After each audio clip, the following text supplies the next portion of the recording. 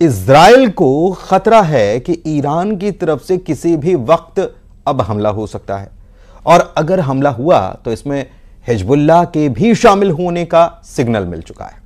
ऐसे में अगर तेल अवीव को टारगेट बनाया गया तो नेतन्याहू के लिए बड़ी मुश्किल खड़ी हो सकती है। आइए इस पर रिपोर्ट देखते हैं।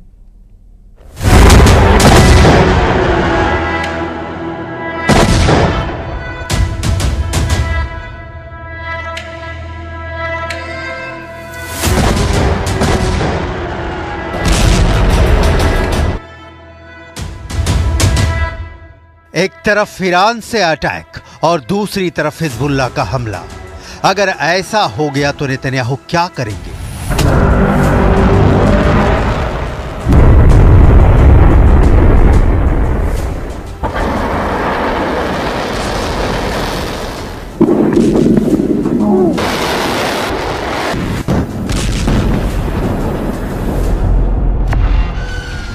वॉर रूम में बैठकर प्लान बनाने वाले नेतन्याहू के सामने ऐसा खतरा मंडरा रहा है जिसके बारे में उनका अंदाजा जहां खत्म होता है, ईरान और हिजबुल्लाह ने वहां से आगे सोचना शुरू कर दिया है।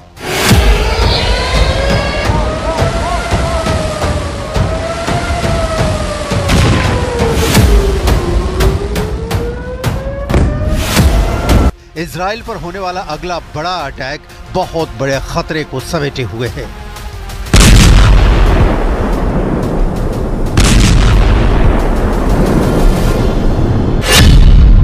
यानी नेतन्याहू के सामने हिजबुल्लाह के 1.5 लाख रॉकेट हैं और दूसरी तरफ है ईरान की 2 लाख मिसाइल। नेतन्याहू इन दोनों से एक साथ कैसे लड़ेंगे? यानी जब हिजबुल्लाह और ईरान का डबल अटैक होगा तो इतने बड़े हमले को इजराइल कैसे काउंटर कर पाएगा?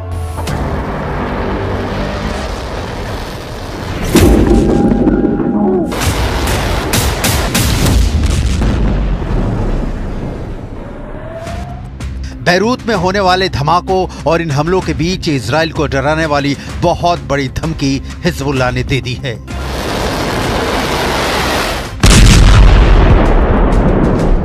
नेतन्याहू बेचैन हैं कि अब इजराइल को कैसे बचाएंगे, क्योंकि जितनी तबाही इजराइल ने बैरूत में मचाई है उससे 10 गुना गुस्सा यहां इजराइल के खिलाफ फैल चुका है।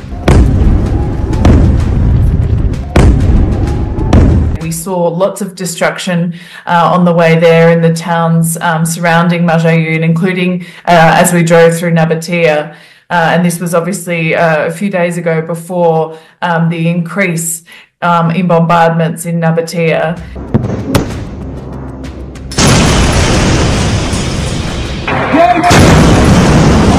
नेतन्याहू के सामने अब बड़ा चैलेंज है। चाहे हिजबुल्लाह हो या फिर ईरान, दोनों के हमले रोकने में इजराइल पूरी तरह कामयाब नहीं रहा है। जमीन पर धमाकों से साबित होता है कि अत्याधुनिक एयर डिफेंस सिस्टम आयरन डोम कनस्तर साबित हो रहा है।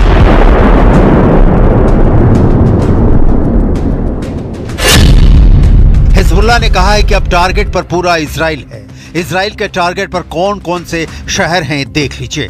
सबसे करीब टारगेट बन चुका है हाइफा, इसके बाद है अशदोद, अश्केलोन, तेल अवीव, और हिजबुल्लाह के रॉकेट की रेंज तो इससे भी आगे है।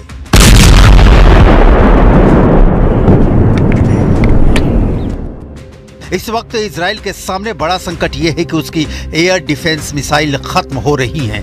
7 अक्टूबर 2023 के बाद से इजराइल गाजा से फायर किए जा रहे रॉकेट रोक रोक कर थक चुका है।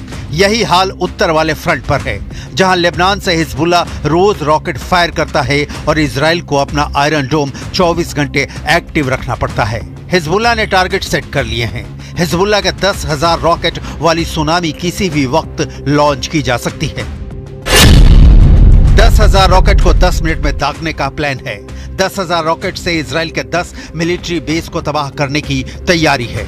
10,000 रॉकेट से इजराइल को 10 साल का सदमा देना चाहता है हिजबुल्लाह। लेबनान और इजराइल के बीच ताजा हमलों के बाद युद्ध पक्का माना जा रहा है, क्योंकि हिजबुल्लाह के टारगेट पर अब इजराइल के ऐसे मिलिट्री बेस हैं जिसकी नेतन्याहू को उम्मीद भी नहीं थी। इजराइल के जिन मिलिट्री बेस को खतरा है उनके बारे में जानने से पहले हिजबुल्लाह का रॉकेट गोदाम, जो हमास के मुकाबले 10 गुना ज्यादा पावरफुल बताया जाता है, हिजबुल्लाह के कत्यूशा रॉकेट की रेंज 25 किलोमीटर तक है। यह 10 सेकंड में टारगेट हिट करता है। इससे आगे हिजबुल्लाह के पास है फज्र 3 नाम का रॉकेट, रेंज है 45 किलोमीटर, टारगेट पर 35 सेकंड में पहुंचता है। हिजबुल्लाह के पास है फज्र 5 रॉकेट, इसकी रेंज है 75 किलोमीटर, टारगेट पर 50 सेकंड में फटता है। हिजबुल्लाह के पास है खैबर रॉकेट, इसकी रेंज है 100 किलोमीटर, टारगेट पर 75 सेकंड में फटता है। हिजबुल्लाह के पास है ज़ेलज़ाल 2 रॉकेट, इसकी रेंज 200 किलोमीटर बताई जाती है। इसमें 600 किलो विस्फोटक फिट किया जा सकता है और ये 120 सेकंड में टारगेट पर पहुंच जाता है।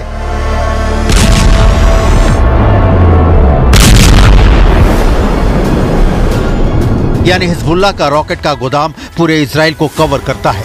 इसमें इजराइल का हर शहर रेंज में है।